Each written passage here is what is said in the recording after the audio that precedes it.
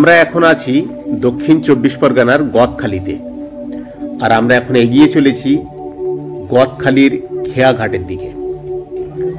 খেয়াঘাটের থেকে দেখুন বোট এসে গেছে, প্রচুর লোক সব উঠে আসছে, আর আমরা এবারে বোটে চড়ব। তো দেখুন বোট অলরেডি চড়া শুরু হয়ে গেছে, অনেকেই লোকজন আছে। আর আমাদের ডেস্টিনেশন ঠিক উল্টো সাইডের যে ঘাটটি আছে সেটি হচ্ছে গোসবা, আর গোসবাতে আমরা যাচ্ছি। নৌকা প্রায় ফুল, আমরা উঠে পড়ব। বলতে বলতে আরেকটি কিন্তু নতুন বোট ওই পার থেকে চলে এসছে। এবার যেহেতু ওই বোটটি চলে এসছে, তো আমরা যে বোটে অলরেডি উঠে আছি ওই বোটটি এবারে ছেড়ে দেবে।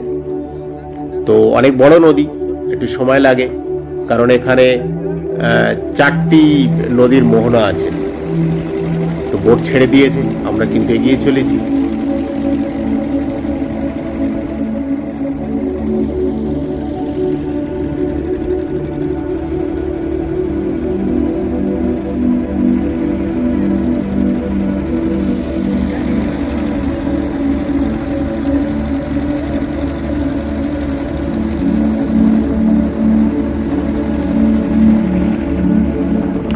পড়ন্ত বেলার সূর্য কিন্তু উঁকি মারছে, আর অপূর্ব একটি শোভা তৈরি হয়েছে যখন নদীর জলে সেই রৌদ্র পড়ছে।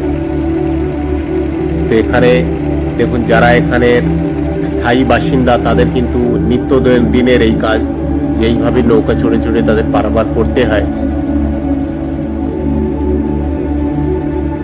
তো এখানে নদীতে আমরা এগিয়ে চলেছি ভাসতে ভাসতে, খুব অপূর্ব সুন্দর লাগছে। হাওয়া বইছে, দারুণ ঠান্ডা ঠান্ডা হাওয়া, আর বিকালের পড়ন্ত বেলা, হালকা রৌদ্র ছোঁয়া, সুন্দর হাওয়া। এগিয়ে চলেছি। প্রথম যে ঘাটটি কিন্তু ধরবে সেটি হচ্ছে চণ্ডীপুর ঘাট। দেখুন কি অপূর্ব শোভা তৈরি হচ্ছে পড়ন্ত বেলার সূর্যের এবং জলের সঙ্গে, যে দারুণ একটা যেন রামধনু টাইপের একটা আভা সৃষ্টি হয়েছে।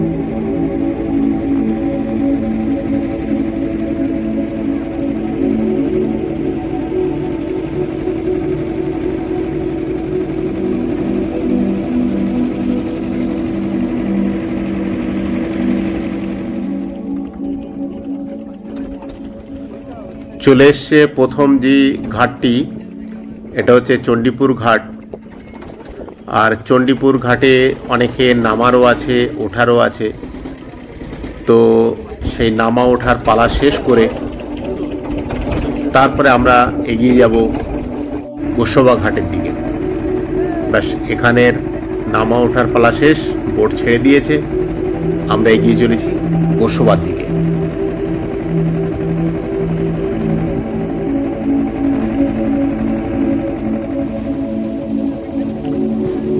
ব্যাস, এগিয়ে চলেছি গোসবা ঘাটের দিকে। আর এই গোসবা ঘাটের থেকে দেখুন এই ডান সাইডে এখানে একটা সরু নদী কিন্তু আছে, এই যে সরু নদী। আর এই নদীটি কিন্তু গোসবা আর উল্টো সাইডে বালি যে জায়গাটির নাম, এই দুটো জায়গা ডিভাইডেশন শুরু হয়েছে। মানে ওখানেও কিন্তু ছোট নৌকা পার হয়ে উল্টো সাইডে যাওয়া লাগে। আর আমরা এখানে আরো অনেকগুলো ছোট ছোট এরকম ঘাট করা আছে।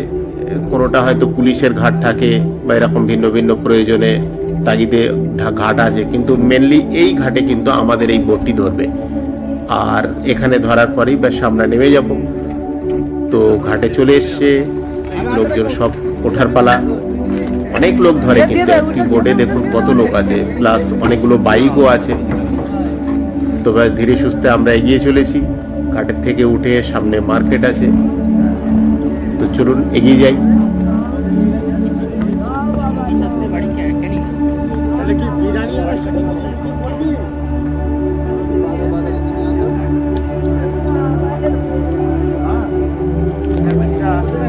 হ্যাঁ,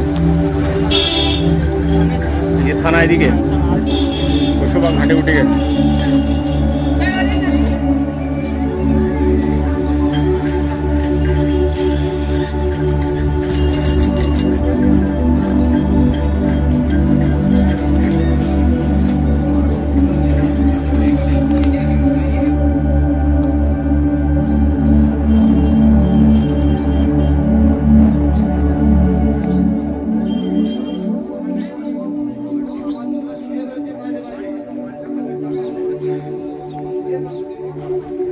গোসবা যে মার্কেট সেটি কিন্তু খুব বড় মার্কেট, মানে ডাইনে বাইরে যেদিকে তাকাচ্ছি বড় বড় দোকান, সব ধরনের দোকান আছে, খুব বড় মার্কেট।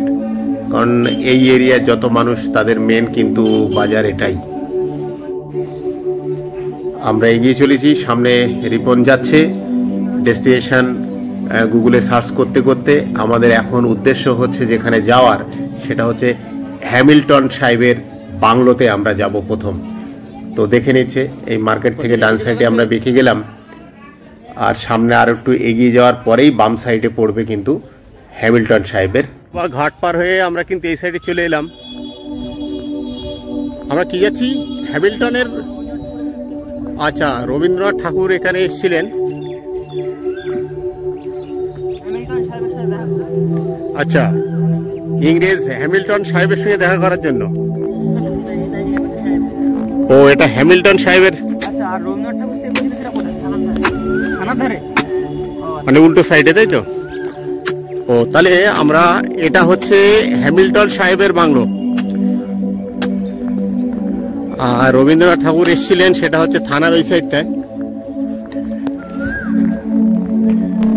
এই হচ্ছে হ্যামিল্টন সাহেবের বাংলো। হ্যামিল্টন সাহেব বাড়ি আছেন?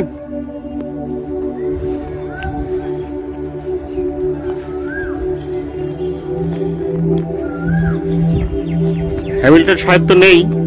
এখানে একটা ছোট্ট তালা দেয়া আছে, এই হচ্ছে ইংরেজদের নিশানা।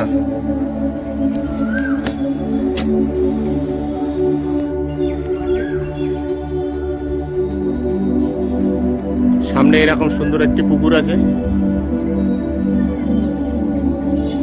গোসবার মার্কেট কিন্তু অনেক বড়। চলে এসছি হ্যামিল্টন সাহেবের বাড়ি।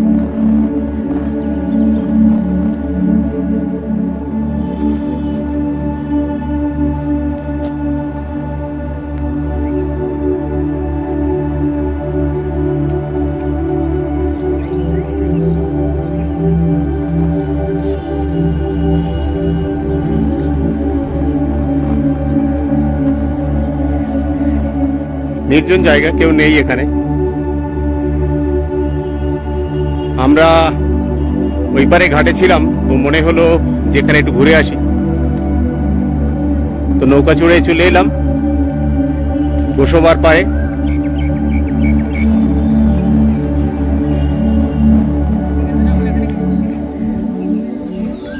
ইংরেজ আমলে এখানে ভালো কিছু ছিল। আচ্ছা, এই ইংরেজদের পথ।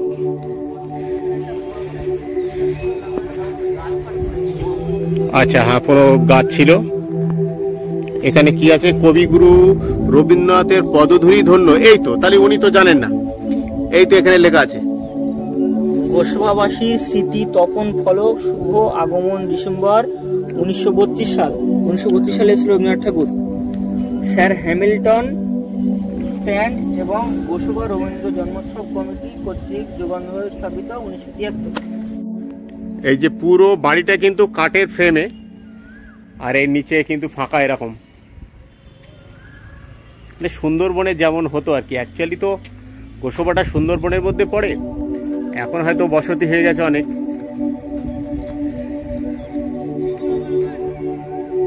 বিশাল বিশাল মাঠ আছে কিন্তু ওই সাইডেও দেখছি, ওই খেলাধুলো করছে ওরা, ওখানে খুব বড় বড় মাঠ, এটাও একটা বড় মাঠ। আর এই হচ্ছে মেন রাস্তাটা, টোটো গাড়ি টাড়িগুলো দাঁড়িয়ে আছে।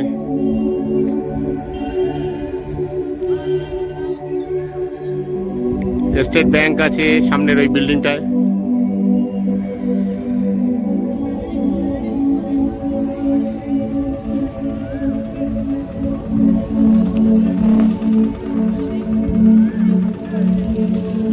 যাচ্ছি এখন, ভুলে গেলে।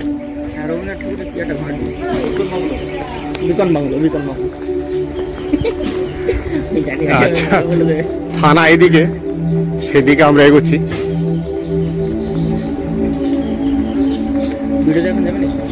কোথায় ভিডিও অফিসে কি করবো এখন?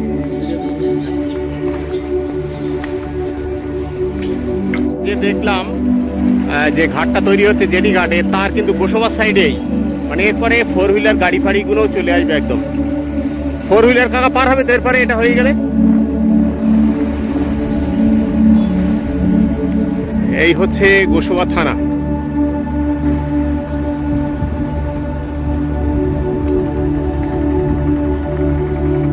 এখানে একটা মন্দির আছে থানার ভিতরে।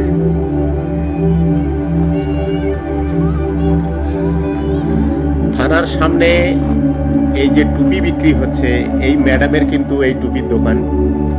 উনি এখানে এই দোকানটা চালু করেছেন। পৌঁছে গেলাম বিকান বাংলো। এটি হচ্ছে বিকান বাংলোর গেট। এক প্রকার এটা রবীন্দ্রনাথ ঠাকুরেরই একটি বাংলো বলা যেতে পারে। উনি এখানে ছিলেন তখন ওনার বাংলো তৈরি হয়েছিল। এখানে কিন্তু প্রবেশ করার জন্য টিকিটের ব্যবস্থা আছে। 10 টাকা করে টিকিট লাগে। আমরা দুজন আছি, 20 টাকা টিকিট লাগবে। উল্টো সাইডে কিন্তু ঘাট, এদিকে ঘাট বলতে এখান থেকে এমনি নর্মালি যারা পারাপার হয় তাদের জন্য না, এখানে একটা ঘাট করা আছে।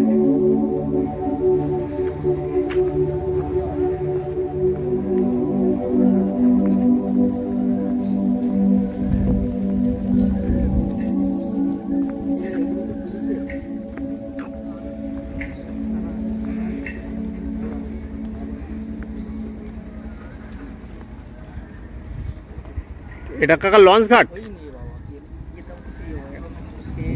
এটা দেখছি লঞ্চ ঘাট। ওপারে ওই একটা দ্বীপ যেটা বালি, আর সামনে দেখতে পাচ্ছি গদখালি, আর এই সাইডটা হচ্ছে চণ্ডীপুর, আর আমরা আছি গোসবার দিকটা।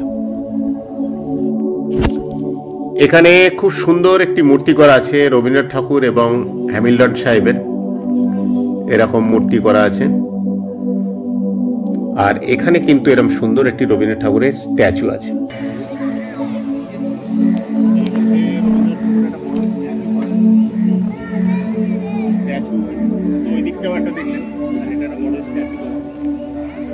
সুন্দর বসার জায়গা করা আছে এখানে।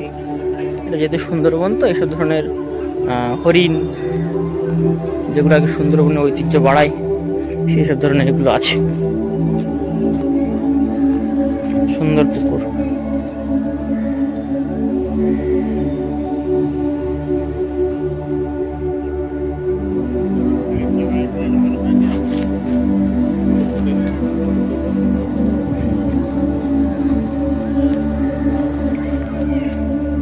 পুকুরের ওইভাবে যাওয়ার পথ আছে আই থিঙ্ক।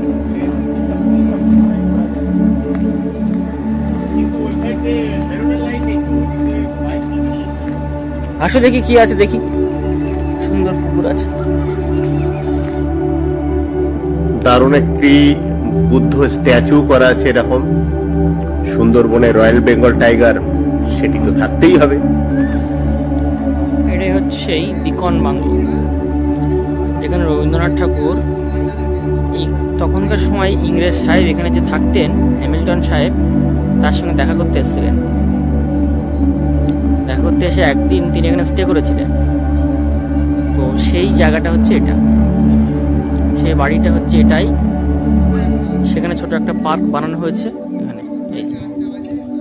এই সেই বাড়ি।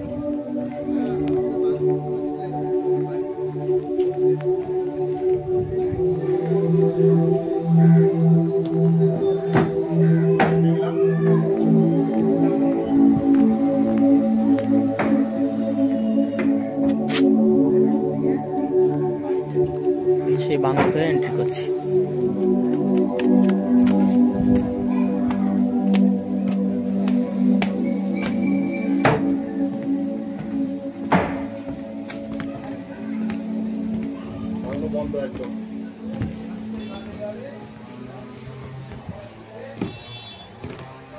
সেই বাংলো পুরোটা কাঠের তৈরি।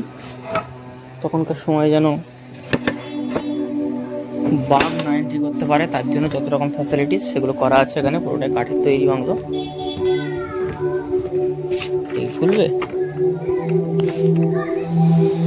কি আছে এখানে জানি না।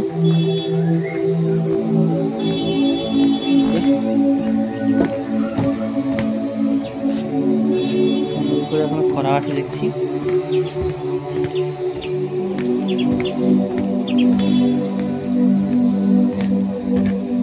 সুন্দর পুকুর ঘাট একটা করা আছে।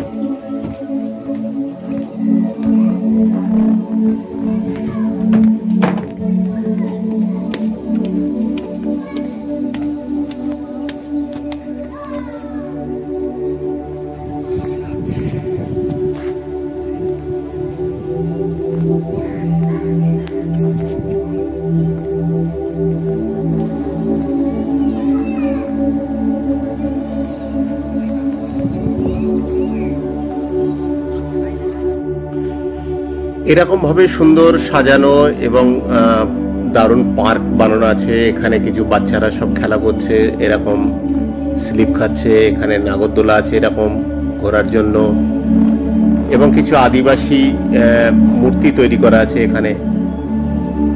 বাস এইভাবে গোসবাটাকে এনজয় করলাম। আপনারা চাইলে এখানে এসে দেখে যেতে পারেন। ধন্যবাদ।